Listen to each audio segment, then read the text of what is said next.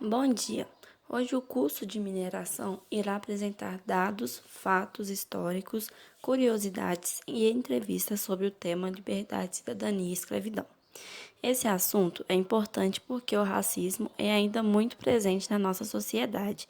De qualquer forma, nós não conseguiríamos acabar com o racismo, mas podemos sim nos conscientizar a outras pessoas a não tomarem atitudes injustas como essa. Vamos para a nossa primeira pergunta de reflexão. Quais são os desafios de ser negro em um país tão racista? Liberdade, cidadania e escravidão. Observando o cenário atual, muito se debate sobre a liberdade e o que ela representa. Previamente, precisamos estudar o que é liberdade e onde ela se encaixa na nossa vivência em cada pessoa. Sabemos que a liberdade em geral é uma condição daquele que é livre, representa a autodeterminação, independência e autonomia de uma pessoa. Por lei, todos os cidadãos brasileiros têm direito à liberdade, à vida, à propriedade e igualdade. Ser cidadão é também participar do destino da sociedade. Votar, ser votado, ter direitos políticos. Cidadania é a expressão concreta do exercício da democracia. A questão a ser discutida é: onde essa liberdade é aplicada? Você se sente livre? Em maio deste mesmo ano, um afro-americano, George Pell Floyd Jr., foi estrangulado e assassinado por um policial branco que ajoelhou em seu pescoço durante uma abordagem.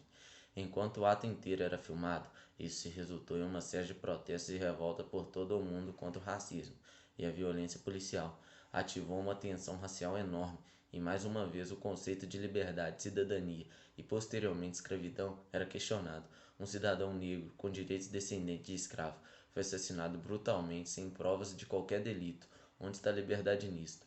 George Floyd, João Pedro, Agatha e muitas outras pessoas tiveram seus direitos arrancados e negados. Marielle Franco, feminista, negra, mãe, em sua carreira política defendia os direitos humanos e criticava a intervenção federal no Rio de Janeiro e a polícia militar. Marielle foi morta a tiros por lutar pelos direitos de centenas de pessoas. Criamos uma Constituição, uma democracia e toda uma sociedade que era para supostamente garantir igualmente o direito, segurança e liberdade de todos os cidadãos. Mas como isso pode funcionar? Se um órgão destinado à proteção das pessoas tem tantos erros assim? Esses assuntos e muitos outros comprometem a busca e o conceito da liberdade, que seguem até hoje falhando em disciplina, falta de solidariedade e de amor ao próximo. Junto com a ganância, preconceito e ódio, nos levam a um questionamento eterno, pois para vivermos em paz precisamos agir e pensar com empatia, não esquecendo que temos os mesmos direitos diante a qualquer outro ser humano e que somos livres. Escravidão, liberdade e cidadania. Não sou descendente de escravos. Eu descendo de seres humanos escravizados. Macota Valdina. Desde a colonização portuguesa, a escravidão tem sido uma realidade conturbada no Brasil. Hoje, 132 anos após a Lei Áurea, negros e negras ainda sofrem violentos impactos dessa longa e triste história. Com a abolição da escravatura, os ex-escravos não tiveram assistência econômica e nem social para começar a vida como cidadãos livres. Alguns ex-escravos decidiram não viver mais naqueles locais onde foram escravizados, mas por falta de indenização pelo tempo trabalhado e pela não reforma agrária, que impediu que tivessem acesso a terras, viram-se forçados a ir para outras fazendas e para outras cidades. Sem proteção e sem condições, passaram a morar nas ruas, em cortiços ou em locais bem afastados dos centros urbanos. No trabalho, sujeitaram-se a baixas remunerações, advindas de subempregos, trabalhos informais e artesanato. Ainda não lhes foi garantido acesso à educação, o que representou mais um impedimento para que ascendessem socialmente. Analfabetos, sem renda digna, ex-escravizados passaram então a serem vítimas de todo tipo de preconceito e repressão. Essa história de marginalização atravessou os tempos. Todos os dias, lemos e ouvimos situações que nos mostram esse preconceito e racismo. Como exemplo, mencionamos o caso Evaldo Rosa, ocorrido no Rio de Janeiro em 7 de abril de 2019. O músico que se locomovia juntamente com a sua família para um chá de bebê foi confundido por 12 militares com bandidos que haviam cometido um assalto pouco antes. Desferiram contra o carro 80 tiros. Além do músico, morreu também o catador Luciano, que tentou prestar socorros à família de Evaldo. Os militares, em seus depoimentos, disseram que o haviam confundido com o assaltante. Muitos questionam a alegação, argumentando a necessidade de se haver provas para condenar quem quer que seja. É importante citar o caso marcante acontecido em 2020 nos Estados Unidos com George Floyd, morto por um policial que, ajoelhando-se em seu pescoço durante uma abordagem, o vitimou por sufocamento. Segundo o policial, ele estaria usando dinheiro falso em compras no supermercado. O caso recebeu repercussão mundial, que culminou no movimento Black Lives Matter, Vidas Negras Importam. Houve muitas manifestações nas ruas de países como Austrália, Coreia do Sul, Japão, Londres, Alemanha e França, e nas redes sociais, em apoio ao movimento antirracistas que exigem das autoridades a preservação de vidas negras. Outras violências comprovam a extensão da mentalidade escravocrata até os dias atuais. O Departamento de Recursos Humanos, por exemplo, privam profissionais altamente qualificados de exercerem funções em grandes empresas em razão da cor negra da pele deles. Grande parte da população negra luta contra a exclusão no mercado de trabalho, enfrenta a usurpação dos seus direitos mais básicos, saúde, educação e moradia. Negros e negras têm uma expectativa de vida inferior à dos brancos, em razão das más condições de vida a que são submetidos. A mortalidade infantil das crianças negras chega a ser 5 vezes maior do que das crianças brancas. Liberdade e cidadania são direitos comuns a toda a sociedade. Todos somos iguais independentes do tom da nossa pele. Deveríamos, portanto, viver em uma sociedade mais democrática que respeitasse as diferenças. Levantando essa bandeira de igualdade, políticos e autoridades deveriam elaborar e adotar políticas públicas de inclusão de pessoas que, por serem negras, nascem injustamente marcadas pela miséria, pela fome e pela exclusão social. Assim, negros e brancos poderiam ter as mesmas oportunidades no mercado de trabalho e os mesmos direitos de viver a vida com dignidade. Martin Luther King citou: a liberdade jamais será dada pelo opressor, ela tem que ser conquistada pelo oprimido. Isso remete a uma das mais raras realidades que o mundo teve que enfrentar, e que até hoje tem os seus requisitos estampados na sociedade e nos seres humanos, a escravidão. No princípio, a liberdade naquela época era algo impossível, mas isso não tirou o propósito de lutar por ela. Essa luta perdurou por 4 séculos até ser conquistada, ou, como muitos dizem, tomada à força. No nazismo, as pessoas tinham todos os seus direitos tomados por um país inteiro, que foi alastrado e quase destruído. Milhares de pessoas morreram e tiveram as vidas tiradas, por uma ideia de raça superior. O mundo teve que intervir e mais uma vez lutar por aqueles que tinham sua liberdade arrancada. Preconceitos foram e continuam sendo presentes em toda a nossa história. Mas qual será a base e o fundamento de tanto ódio? O conceito de liberdade, assim como de cidadania e escravidão, tem sofrido modificações de século em século, década em década e ano em ano. Se isso fosse o fruto da evolução dos seres humanos, estaríamos em outro patamar de convivência social. Mas, infelizmente, é apenas o resultado de muitas divergências, revoltas, discórdias e, atualmente, uma pandemia mundial. Em março desse ano, tivemos nossa liberdade limitada. Passamos por alterações de convivência social e vivenciamos um acontecimento nunca esperado para todas as pessoas. Um vírus que até então era desconhecido pela maioria das pessoas e que pode ser fatal. Invadiu nossas vidas e alterou muito nossos hábitos e maneiras de viver. Estamos sofrendo as consequências disso há meses e vamos continuar até que seja erradicado ou que uma vacina seja descoberta. A nossa segunda pergunta de reflexão é: como podemos contribuir para a luta antirracista? Bom dia, boa tarde, boa noite. Eu sou Eduardo, faço parte do grupo composto pelo Rian, pelo Gabriel, a Lívia, Bruno, Pedro Bernardo, Ricardo, Samuel. E hoje eu e o Rian vamos fazer uma rápida entrevista com o cantor Guizo. Seguinte, Guizo, nessa entrevista nós vamos fazer 3 perguntas relacionadas à sua carreira e o racismo. E aqui vai a primeira pergunta. Guizo, como foi a caminhada para o início da sua carreira? Eu comecei a fazer música e me interessar pela cultura hip hop com 10 anos de idade, mais ou menos, e venho fazendo desde então. E desafios que eu vejo dessa forma é, às vezes, talvez uma dificuldade de encontrar investidores e apoiadores, por talvez não fazer parte de um estereótipo ali de padrão de beleza, ou talvez algo assim. Às vezes uma sensação de invisibilidade, sabe? Sentir que não faz parte desse ambiente. Desigualdades sociais, raciais, que vem entrelaçado a tudo isso, toda a nossa vida. É isso. Guizo, quais são as suas expectativas com a música Ponto de Força?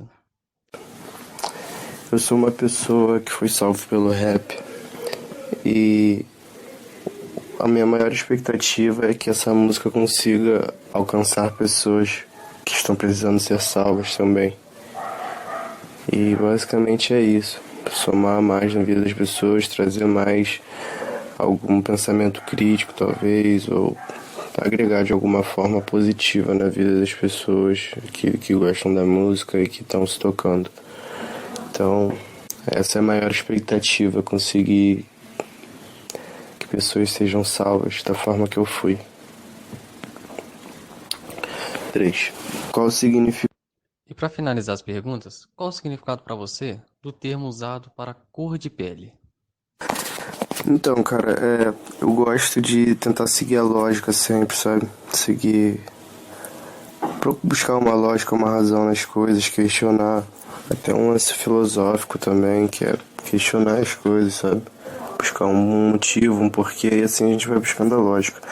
E esse lance da cor da pele, eu acho que é a forma que eu vejo, que talvez é a forma que mais básica e simples e óbvia de se ver, mas que não é vista assim ainda, que é ver a cor de pele como a cor de pele, simplesmente, só como melanina, né, no caso, pigmento, sei lá, e faz parte de um povo também, mas existem diferentes povos e cada um as suas feições físicas e tal é baseado nas suas necessidades de sobrevivência do lugar que você vive. Então, no fim das contas, nossa cor é habitação, nossa cor é isso, nós estamos nos habituando ao lugar que a gente vive, o que a gente precisa para viver, e só isso.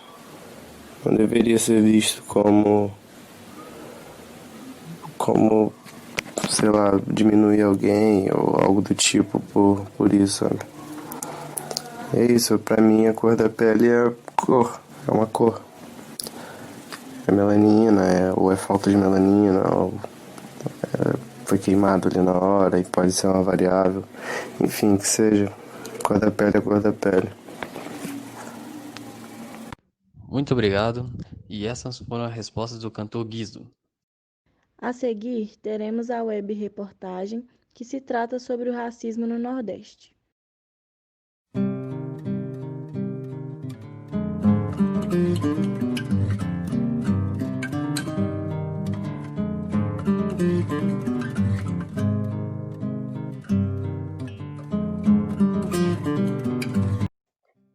O contexto histórico da escravidão. Manuel Corrêa de Andrade fala no artigo Transição do Trabalho Escravo para o Trabalho Livre no Nordeste Açucareiro, 1850 e 1878, que a escravidão ocorria desde o início do povoamento, entre 1539 e 1542, devido à cultura de cana-de-açúcar em Pernambuco. Portanto, a área açucareira nordestina foi ocupada em função ao produto, a cana-de-açúcar, e o mercado europeu continuou fazendo investimentos ao comércio marítimo. Com isso, as grandes plantações utilizavam a mão de obra nativa indígena e africana escravizada. Como sabemos, a escravidão teve grande duração no Brasil e representou, de forma absoluta, a expansão e a ocupação de terra, que acabou com a Lei Áurea em 1888. Bom, a abolição da escravatura foi algo lento e gradual, e a escravidão nos deixou consequências até hoje, como a desigualdade, o racismo, entre outros. Após anos da Lei Áurea, vivenciamos um novo tipo de escravidão, a escravidão contemporânea ou escravidão moderna, onde pessoas trabalham em situações precárias, sem liberdade e os direitos humanos. Aponta uma pesquisa da OIT, Organização Internacional de Trabalho, que a maioria das pessoas contratadas para trabalhar nessas situações nasceu no Nordeste e acontece principalmente nas áreas rurais. O levantamento também aponta que o trabalhador exposto a esse tipo de situação no nosso país é homem, negro, analfabeto, idade média de 31 anos. Números de negros trabalhando nesse regime. Vamos começar pelo número de escravizados por região. Então, o artigo Elementos para a Discussão da Escravidão Contemporânea como Prática de Gestão diz que o contexto brasileiro fortalece a ideia de Crane em 2013, de que a exploração do trabalho escravo acontece devido à disponibilidade de determinados grupos em situação de vulnerabilidade social, com alto desemprego, pobreza e baixo nível de escolaridade. E no Brasil, o Maranhão tem um dos piores indicadores de desenvolvimento, sendo assim, é o principal estado com origem dos escravos. Na tabela abaixo, são casos de trabalho escravo por determinada região em 2012 e 2013, destacando o nosso tema. Como podemos ver, o trabalho escravo no Nordeste, em 2012 foram 31 casos identificados, e em 2013 foram 42. Agora, os trabalhadores envolvidos ao todo, em 2012 foram 530 e em 2013 603. Trabalhadores resgatados em 2012 foram de 331 e em 2013 foram 330. Números de trabalho infantil. Os dados do trabalho infantil no Brasil mostram que as crianças negras representam 62,7% da mão de obra precoce no país.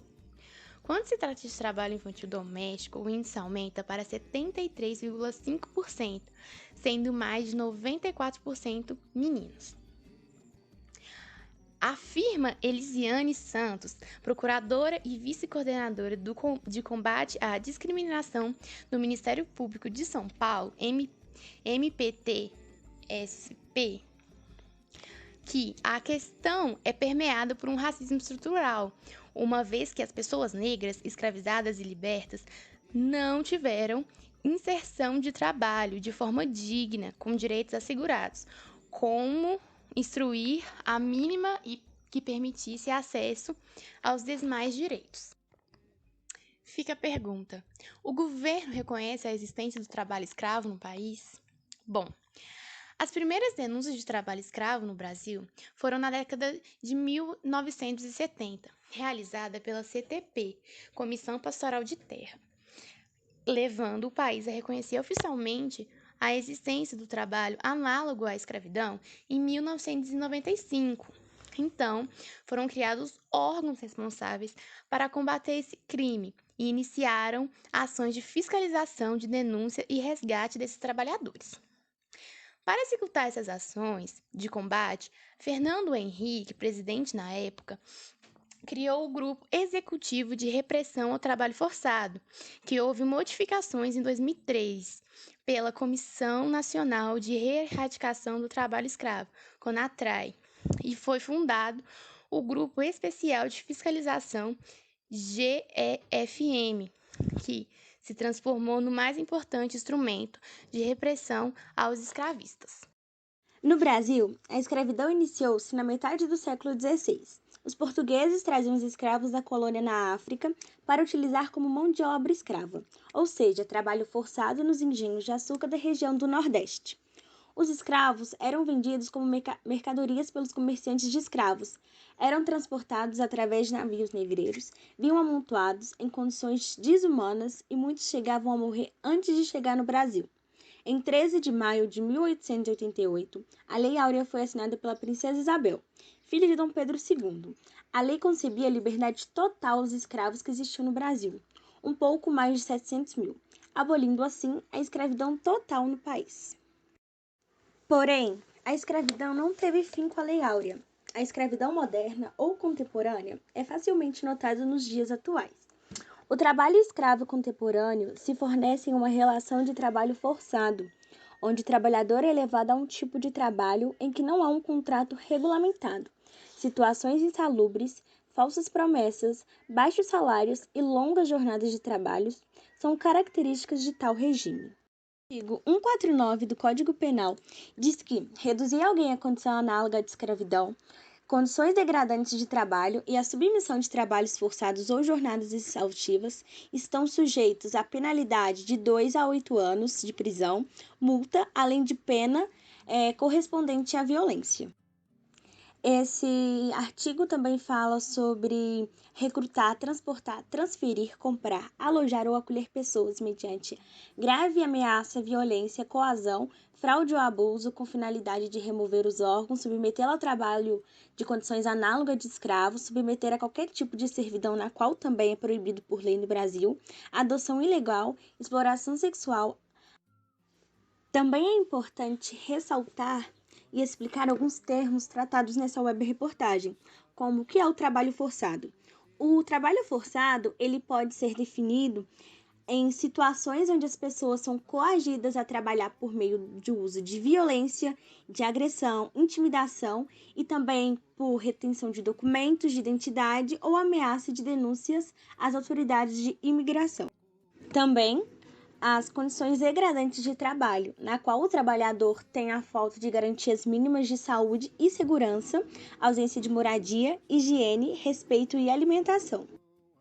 No Brasil, a legislação prevê como regra a jornada de trabalho de até 8 horas diárias, podendo ser estendida por mais 2 horas. Portanto, a jornada exaustiva ela pode ser definida quando a previsão legal do tempo de duração da jornada normal de trabalho é ultrapassada.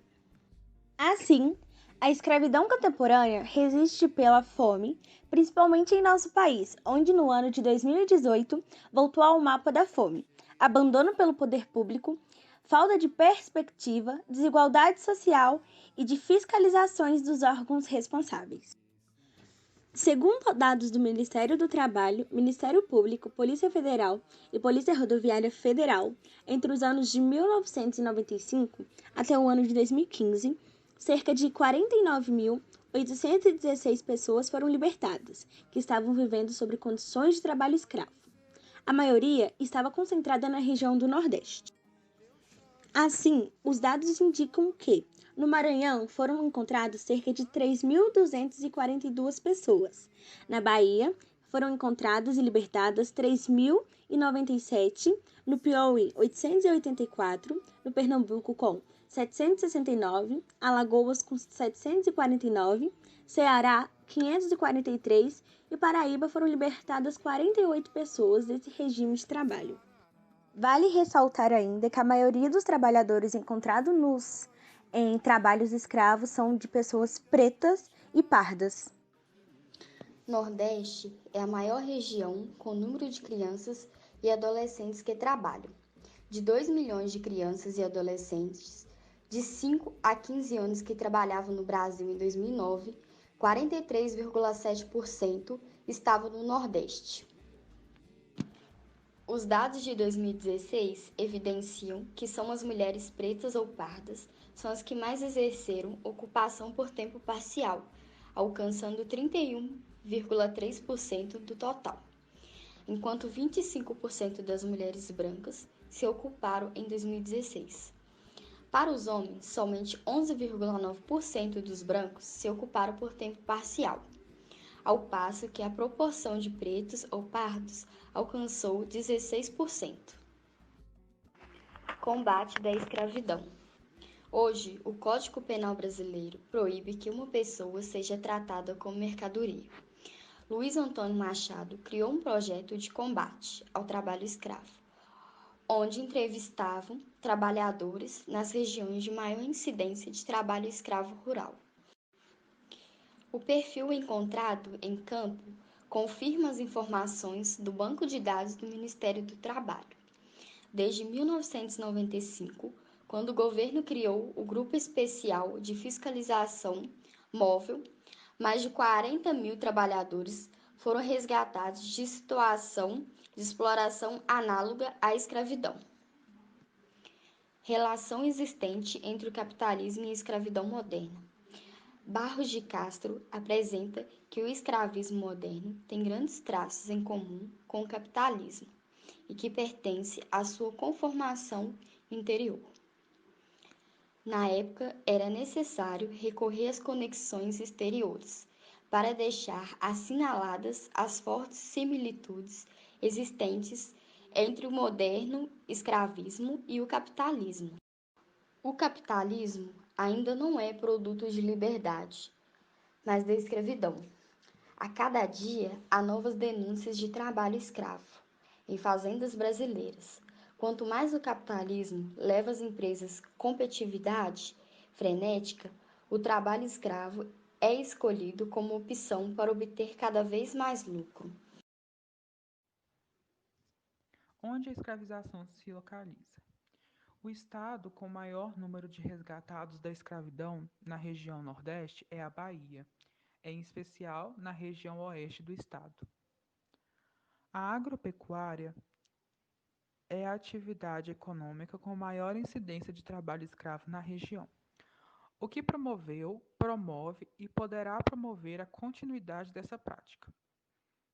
Neste slide, irei abordar apenas a escravização que ocorreu do Atlântico e que foi a escravização que ocorreu no Brasil também, tendo em vista que outros impérios e países fora da Europa também tiveram escravos. A escravização era uma prática muito comum na antiguidade em quase todas as culturas. Devemos, então, distinguir a escravização do Atlântico, uma vez que esta foi motivada não apenas pela exploração econômica, mas também pelo racismo introduzido pelos europeus. Os europeus, em sua grande maioria, em países, impérios ou reinos, eles queriam explorar a América de uma forma que aumentasse sua fortuna. Para fazer isso, os países optaram por escravizar indígenas ou trazer nativos africanos para a América, uma vez que africanos eram imunologicamente mais resistentes a várias doenças do que os indígenas. Na escravização atual, a vulnerabilidade social é o principal vetor de exposição dos trabalhadores à situação de serviço degradante. A pobreza e a baixa escolaridade são catalisadores desse problema social. É preciso garantir assistência às vítimas para diminuir a vulnerabilidade, porque senão elas acabam voltando a esse tipo de serviço. Sabemos que a vulnerabilidade social é a principal causa deste problema. A baixa escolaridade e a pobreza extrema são os principais agravantes e provavelmente no futuro a causa será a mesma dos dias atuais. Porém, será em menor número, uma vez que países subdesenvolvidos estão melhorando na fiscalização de tais práticas desumanas e melhorando nos índices de escolaridade e qualidade de vida. A escravização atual compartilha de algumas características da escravização que ocorreu durante o Brasil Império. Uma delas sendo um grupo social controlando outro grupo social, e também a valorização econômica que este grupo ganha sobre o outro. Vimos aqui que a escravidão foi um período do qual destacou o Nordeste como um de seus principais pontos de ação, onde o mesmo não perdeu lugar até mesmo na atualidade. Em 2019, 21 trabalhadores foram resgatados do trabalho escravo na Bahia. Lá, a agropecuária é a atividade econômica com maior incidência de trabalho escravo. Neste caso, as vítimas haviam trabalhado por lá há vários anos, morando em alojamentos precários, sendo eles, em alguns casos, encontrados em risco de desmoronamento. Como podemos perceber, o número de atividade escrava no Nordeste sempre foi presente e progressivo, ainda que a escravidão tenha sido abolida em 1888. De acordo com uma pesquisa da Organização Internacional do Trabalho, a maioria das vítimas de trabalho escravo são nordestinas, tendo como perfil de homem, negro, analfabeto funcional, idade de 31,4 anos e renda baixa. Essa conclusão foi tomada a partir de pesquisas de campo nas regiões de maior ocorrência de trabalho escravo rural no Brasil. Ainda que presente, o trabalho escravo no Brasil é sim combatido. Agora eu vou citar algumas organizações e programas direcionados a isso. A maioria garante publicidade para casos que exploram trabalho em situação análoga à escravidão, como a Semana Nacional de Combate ao Trabalho Escravo. Existem diversas atividades que são organizadas para jogar luz sobre o problema do trabalho escravo. A erradicação do trabalho escravo, qual o objetivo do plano é integrar e coordenar as ações de diferentes órgãos públicos e da sociedade. Existe também o Encontro das Comissões Estaduais para a Erradicação do Trabalho Escravo, e o evento visa promover o debate entre os estados acerca do trabalho escravo contemporâneo. Comissões estaduais têm a função de acompanhar, articular e fomentar as políticas de erradicação do trabalho escravo no âmbito estadual. O Pacto Federativo tem o objetivo de impulsionar as articulações da política subnacional de combate ao trabalho escravo, sendo esses e outros meios para a erradicação do trabalho escravo no Brasil. A escravidão moderna no Brasil é uma questão assim, muito importante a ser discutida, porque apesar da gente achar que a escravidão acabou, apesar de ter passado muito tempo após a abolição da escravatura e muita gente acreditar que não acontece mais, infelizmente tem muitas situações que mostram a gente exatamente o contrário, né? Que mostra que ainda tá aí, que tem que ser combatido. Mas essas situações, elas acontecem de maneiras tão sutis, muitas vezes elas acontecem de maneiras tão sutis que a gente não percebe que é aquilo mesmo, sabe? Por exemplo, os entregadores de aplicativo. Muitos deles passam por situações, assim, inacreditáveis, porque eles não têm direito, meio que eles não têm a atenção dos empregadores, né, a devida atenção.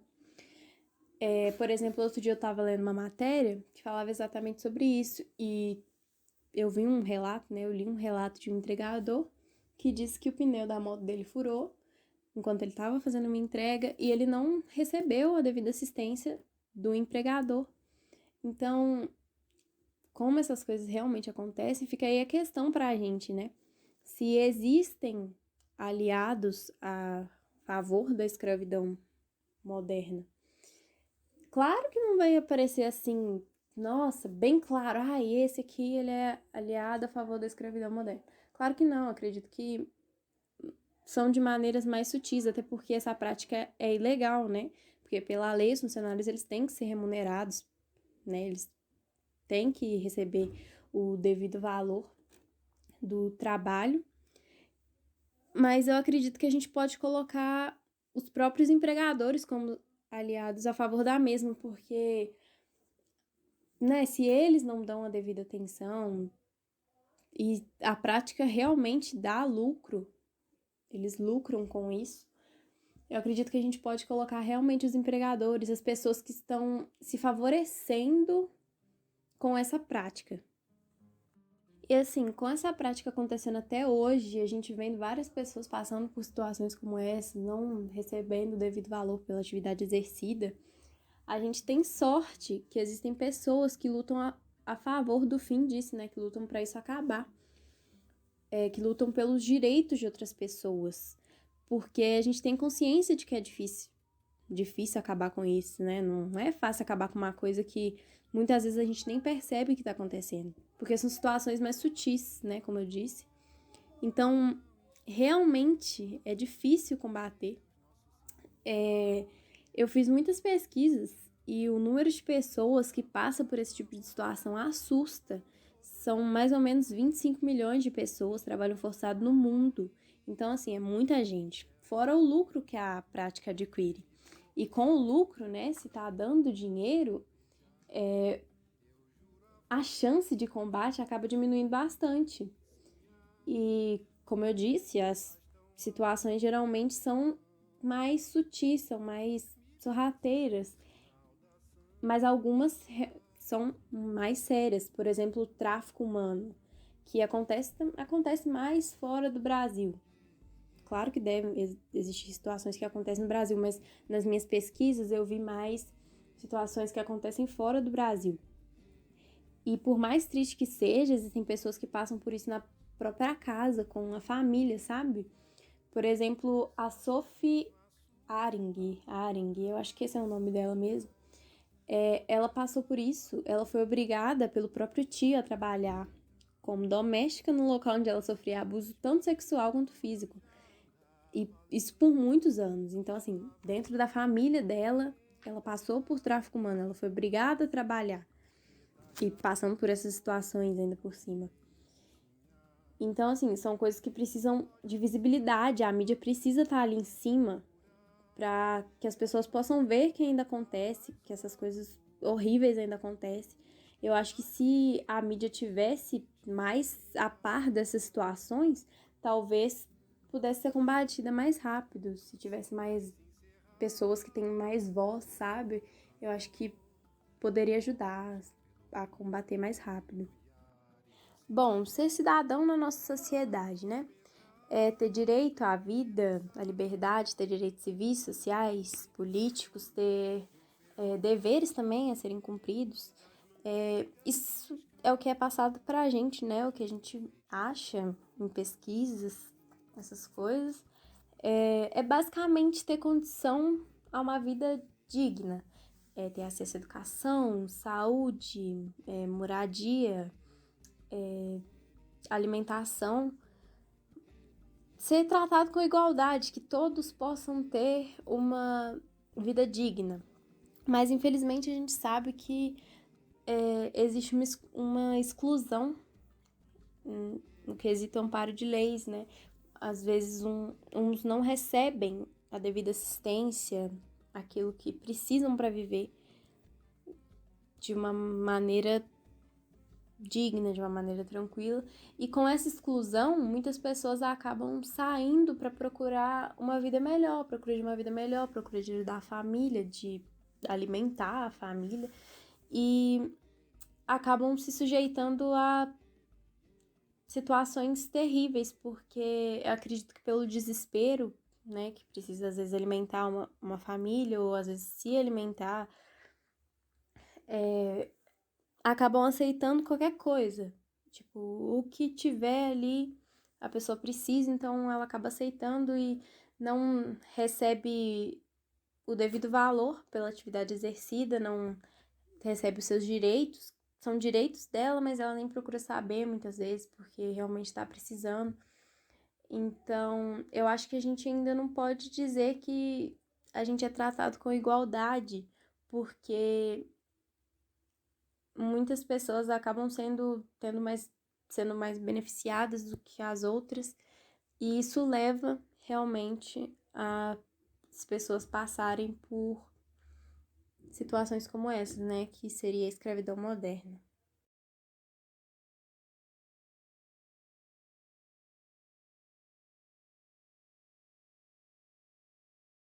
Mulher preta apreciada por quem?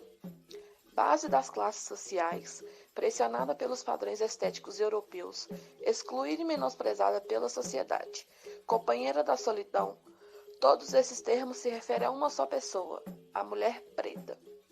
Quando as mulheres negras se movem, a sociedade inteira se move, porque somos nós que estamos na base da pirâmide. Nós não aguentamos mais o peso desta base. Angela Davis. Ao longo dos anos, mulheres pretas vêm sido silenciadas, objetificadas e excluídas da sociedade. Isso se dá pelas sequelas deixadas pelo período colonial, que fazem com que muitos pensamentos e atitudes daquela época sejam reproduzidos, mesmo que de forma velada, até hoje. É muito importante que esse assunto seja discutido, pois afeta principalmente o psicológico e, em casos mais extremos, o físico dessas mulheres. Imagine na atualidade, como sendo preto uma pessoa já sofre. Agora imagine uma opressão em dobro. É o que as mulheres pretas sofrem todos os dias. A sociedade precisa se mexer. As mulheres pretas são destinadas a trabalhos com baixa remuneração, uma alta carga de trabalho e em péssimas condições, com funções muito ligadas ao trabalho doméstico. Quando o mercado de trabalho passa por uma crise, são as primeiras a serem dispensadas. A mulher negra é vista como carne barata. A sociedade também tem essa ideia de que a mulher negra aguenta tudo, por isso somos tão maltratadas. As trajetórias das mulheres negras brasileiras são permeadas pela solidão. Elas se sentem muitas vezes solitárias por não se verem representadas na mídia e por serem sexualizadas. Com isso, sua autoestima é afetada e as mulheres negras ficam mais vulneráveis a relacionamentos abusivos. Por exemplo, neste contexto, as meninas e mulheres negras acabam sendo as mais vulneráveis a diferentes formas de violência. Segundo dados do Mapa da Violência em 10 anos, os homicídios de mulheres negras aumentaram 54%, passando de 1.864 em 2003 para 2.875 em 2013. Em contrapartida, o número de homicídios de mulheres brancas caiu 9,8%, indo de 1.747 em 2003 para 1.576 em 2013. Até quando a sociedade vai ignorar tudo isso? Até quando nós, mulheres pretas, vamos ter dificuldades para encontrar uma simples base para a nossa pele? Até quando vamos ir em uma loja e ter segurança às nossas costas pelo simples fato de sermos negras? Até quando nós, mulheres pretas, vamos passar por isso? Não vamos mais nos calar.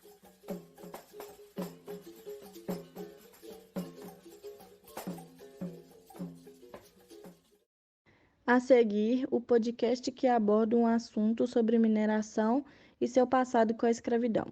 Bom dia, boa tarde ou boa noite. Não sei em que momento você está vendo esse podcast, você está escutando, na verdade, né? Esse podcast, mas está começando o nosso podcast. Hoje vamos falar sobre escravidão e a mineração. Temos 3 convidados muito especiais para explicar isso para a gente, né? Principalmente para mim, que eu falei sobre isso. Temos aqui a Yasmin. Olá, boa tarde, bom dia. Obrigada pelo convite, estar falando com vocês aqui hoje. E quem estiver ouvindo também, obrigada por nos ouvir. E é isso aí. Também temos o Pedro. Olá, Matheus, olá, ouvintes. É um prazer estar aqui compartilhando um pouco do meu conhecimento com vocês. Bom, também temos a Dani. Oi, gente, tudo bem? Vai ser um prazer poder compartilhar esse leve conhecimento com vocês.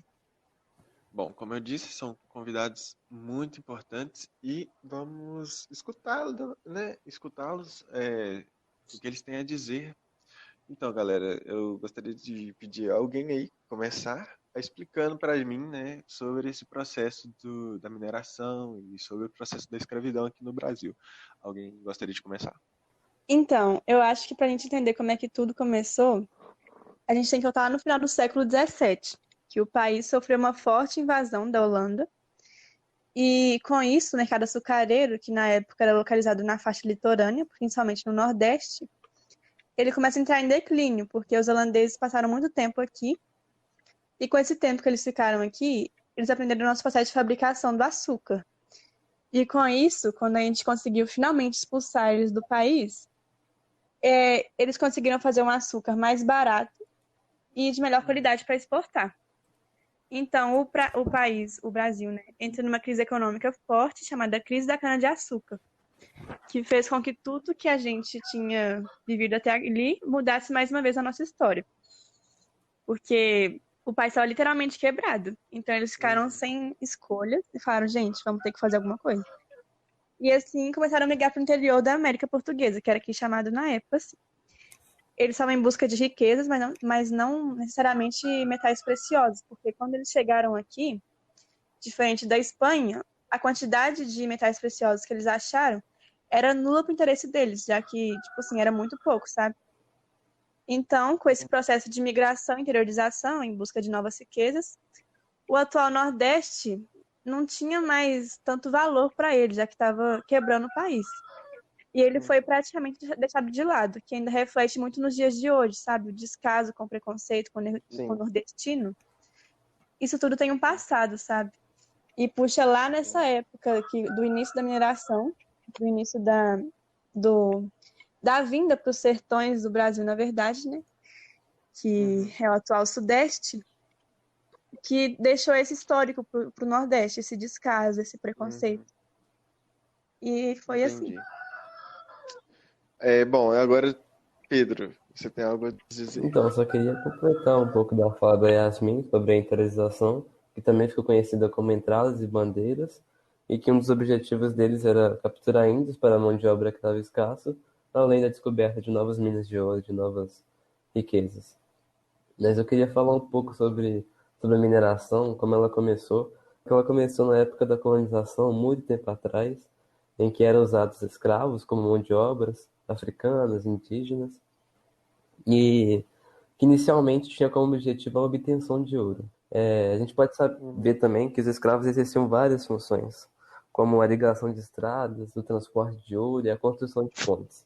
Dá para imaginar que era algo muito pesado, o que fazia com que a expectativa de vida deles fosse de até 7 anos, por exemplo. Era muito pesado.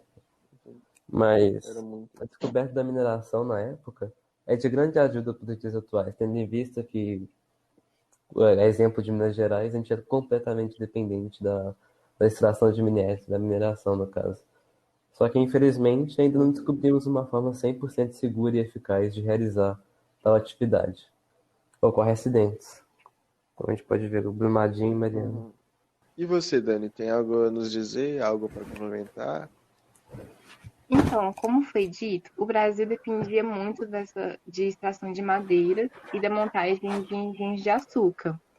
Então, a extração de pedras e metais preciosos eram coisas que eles não pensavam muito, já que tinha essa extração, principalmente de engenhos de açúcar. Mas como teve essa crise, como o Yasmin disse, da cana-de-açúcar, eles começaram a pensar mais na exploração de pedras e metais preciosos.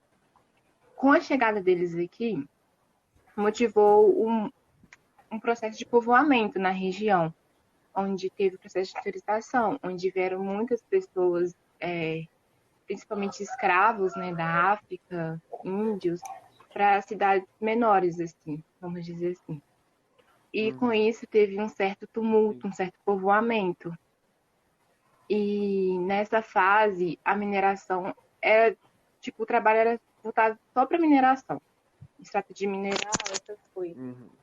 Porque eles não pensavam em outros recursos. E hoje em dia ainda nós dependemos, principalmente de Minas Gerais, dependemos muito da mineração, né? Nessa época não tinha tecnologia em relação a isso. Então, era tudo braçal, né? O uso da bateia, esses métodos de lavras, essas coisas. Essa era a minha dúvida, como que era a situação deles, né, dos escravos na mineração e tal. Eles costumavam escolher os escravos de 15 a 30 anos, porque eles já tinham conhecimento voltado à mineração e já tinham uma certa força, assim, entre aspas, né? Bom, a gente agora escutou o que cada um tem para dizer, né? A gente aprendeu algumas coisas, mas a gente tem um documento, né, que a gente pegou em um site confiável e tal, para poder complementar. E a gente vai conversar sobre, a gente vai ler cada estrofe, cada parágrafo, na verdade, e vai debater, né? Eu vou ler aqui o primeiro, tá bom? A mineração foi considerada o trabalho mais doloroso e árduo exercido pelos africanos que eram escravizados no Brasil. Os escravos trabalhavam perante o perigo de morte por meio de afogamento ou soterramento, ocasionado pela ruptura de barragens de controle das minas, que dava uma expectativa de vida de apenas mais 5 a 7 anos para cada escravo que trabalhasse ali. Esse era o acidente mais frequente nas minas e o principal responsável pela morte dos escravos. Além disso, o trabalho se dava diante de condições deploráveis de higiene, onde os escravos, no caso da mineração de aluvião, permaneciam dentro d'água por um período longo, sob baixas temperaturas, e no caso da mineração subterrânea, permaneciam muito tempo no interior das cavernas e nas minas. Bom, não é novidade nenhuma que os escravos eram, né, tratados de forma muito precárias, né? E só lendo isso a gente já nem dá para dar uma ideia de como que é. Era muito, muito precária a situação deles. A gente imagina que, como estudante de mineração, quando a gente vê lá grandes máquinas necessárias para tirar, sei lá, ouro de minério, é que faz uma força muito grande já das máquinas. Aí você que era extraído por uma pessoa, né? Porque para uma pessoa é uma quantidade muito grande. Deviam ter que fazer. É um trabalho muito forte para uma pessoa só. Devia São ser. máquinas muito, muito grandes.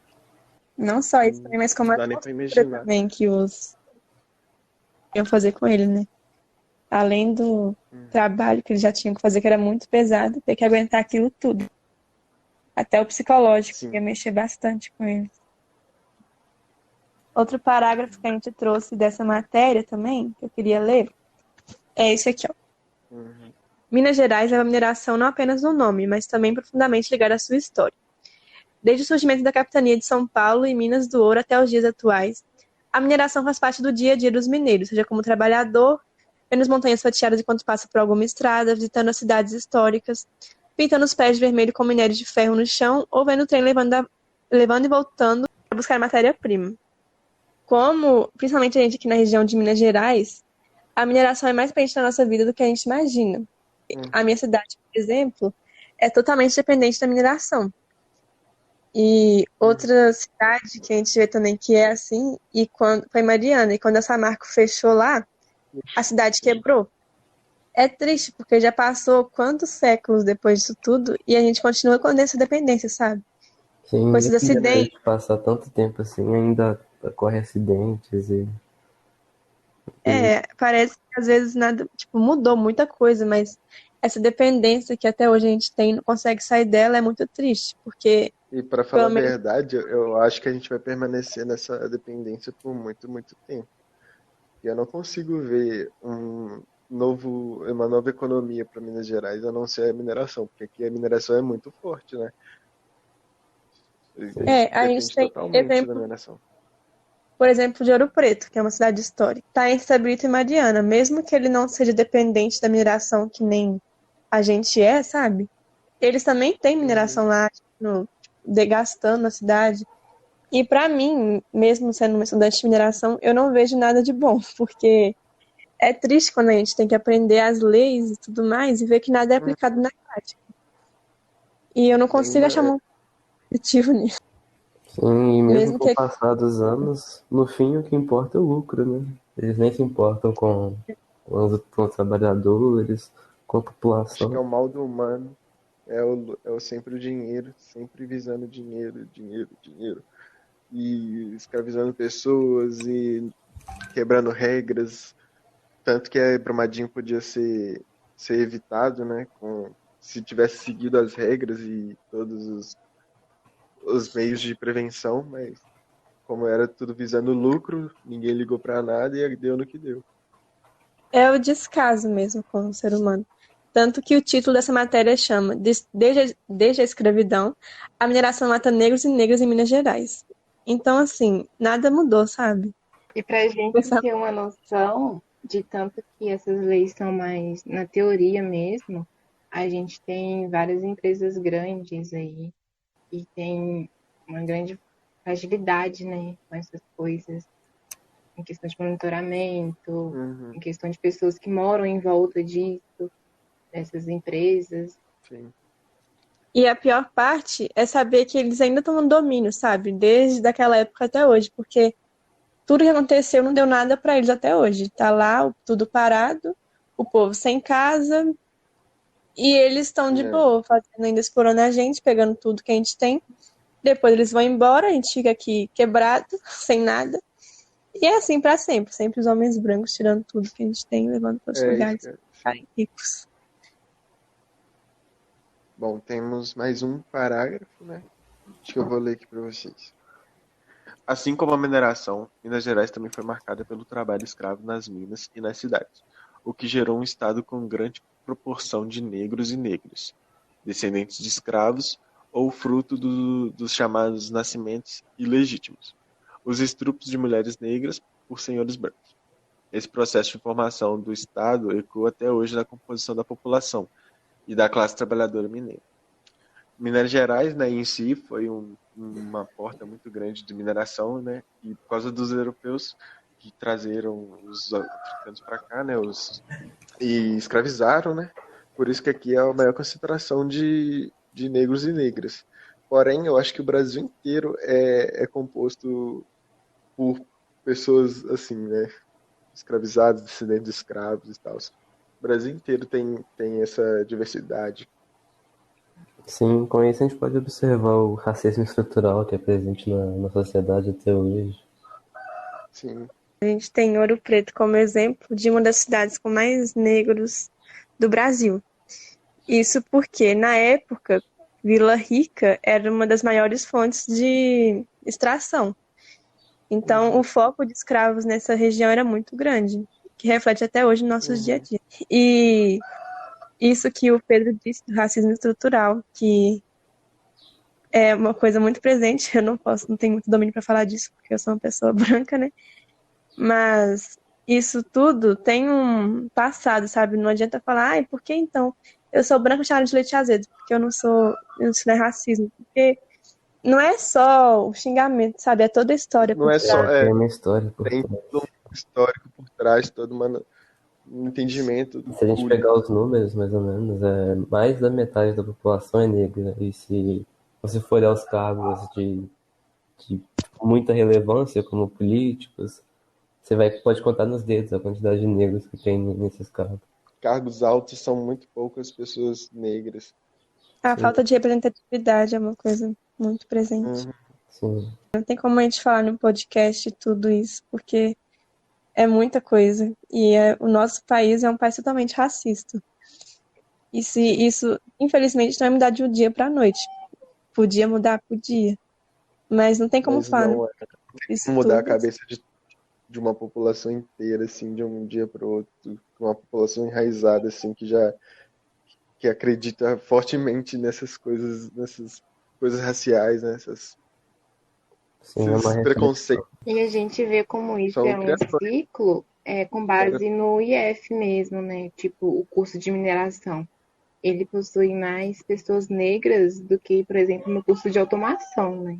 O IF é totalmente elitizado agora, né? A administração, por exemplo, você não vê quase nenhum negro. Metalurgia e mineração, a maioria são negros ou pardos, etc. Mas administração e automação, sei lá, deve ter uns 3 no máximo por sala, 2.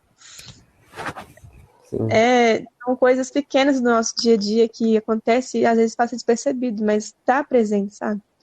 Uhum.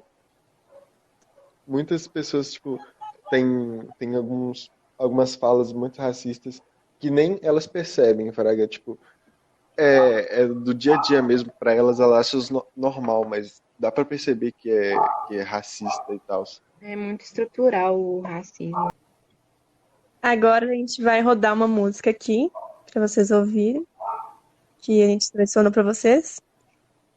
De minha parte, eu quero agradecer a todo mundo que escutou até aqui e meus colegas aí por falarem muito bem. Eu achei uma conversa bastante proveitosa, né?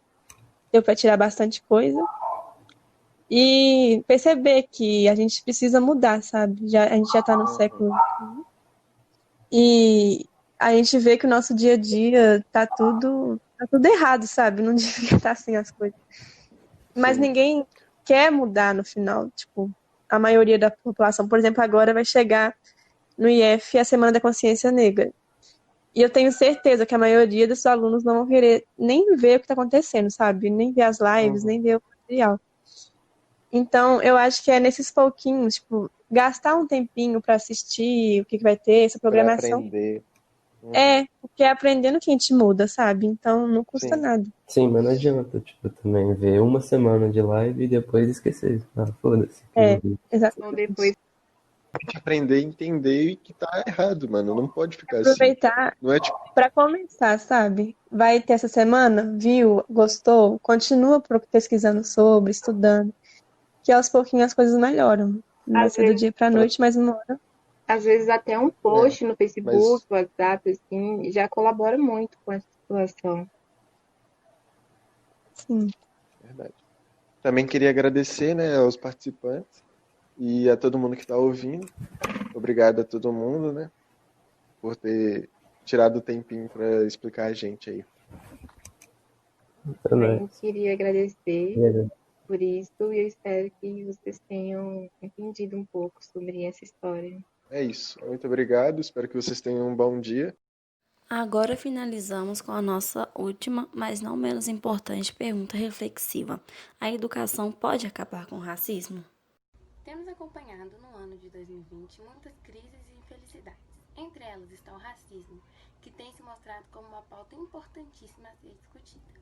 Infelizmente, tem sido muito comum nos defrontarmos com notícias e reportagens que relatam a morte de jovens pretos provocados pela polícia. Espalham-se pelo mundo ainda casos de racismo e de injustiça racial. Mas de onde provém este preconceito? Por que será que no Brasil cerca de 70% dos presos do nosso sistema prisional são pretos? Por que 75% dos pretos aparecem entre os mais pobres, enquanto 70% dos brancos figuram entre os mais ricos? Por que novelas, filmes e séries contam com um elenco com mais de 80% de pessoas brancas? Quantos vereadores pretos tem nossa cidade? Quantos prefeitos pretos já comandaram a prefeitura de sua cidade? Analisar que todas essas diferenças são provenientes da época da escravidão, num contexto de deturpação da teoria da seleção natural de Darwin, assemelhando o desenvolvimento e as mutações dos outros animais investigados por Darwin com os seres humanos. A elite branca justificou a opressão contra os povos pretos, tornando-os como biologicamente inferiores. Mesmo após a abolição da escravidão, essa mentalidade de superioridade branca foi sendo propagada e, infelizmente, continua muito presente na percepção de muitas pessoas que chegam, inclusive, a participar de movimentos fascistas. A propagação de comerciais, novelas, filmes e outros conteúdos midiáticos somente com atores brancos ou com personagens principais caucasianos e com pessoas pretas em papéis de ladrões, empregados, trambiqueiros, etc., só contribui para a manutenção do racismo. Estamos desde 2018 um crescente movimento político ultraconservador que, em demonstração de extrema ignorância, resiste às pautas identitárias e às propostas de reparação de uma dívida histórica que temos com os afrodescendentes. Os obscurantistas adotam o argumento da meritocracia, afirmando que as pessoas só dependem de si mesmas para ascender de classe social e para empreender conquistas de todas as ordens. Porém, como é possível falarmos de meritocracia em um país que ocorre tantas desigualdades e injustiças sociais? Em um lugar onde as pessoas pretas são constantes alvos da polícia racista. Sabemos da Ágata, do João Pedro, do Cauã, mas sabemos também que milhares de outros jovens pretos e periféricos são assassinados pelo Estado e nunca terão seu nome divulgado. Quão ignorante deve ser uma pessoa para afirmar que o racismo no Brasil está erradicado? Em um lugar onde a cor da sua pele pode definir se você será contratado ou dispensado da entrevista de emprego. Como existem pessoas que afirmam que as cotas raciais contribuem para a manutenção do racismo? Em um lugar onde alunos que frequentam escolas precárias sob má gestão do Estado competem com alunos das melhores escolas particulares, que também possuem condições de bancar um cursinho. O intuito deste editorial é alertar para a necessidade de um projeto coletivo voltado para a edificação de uma sociedade verdadeiramente igual, que garanta liberdade para todas as pessoas. Um projeto que considere, entre outros aspectos, a produção de filmes e novelas com um elenco formado por diversidade cultural e racial, e oportunidade de pessoas pretas concorrerem em nível de igualdade a bons empregos e a posições elevadas no mercado de trabalho.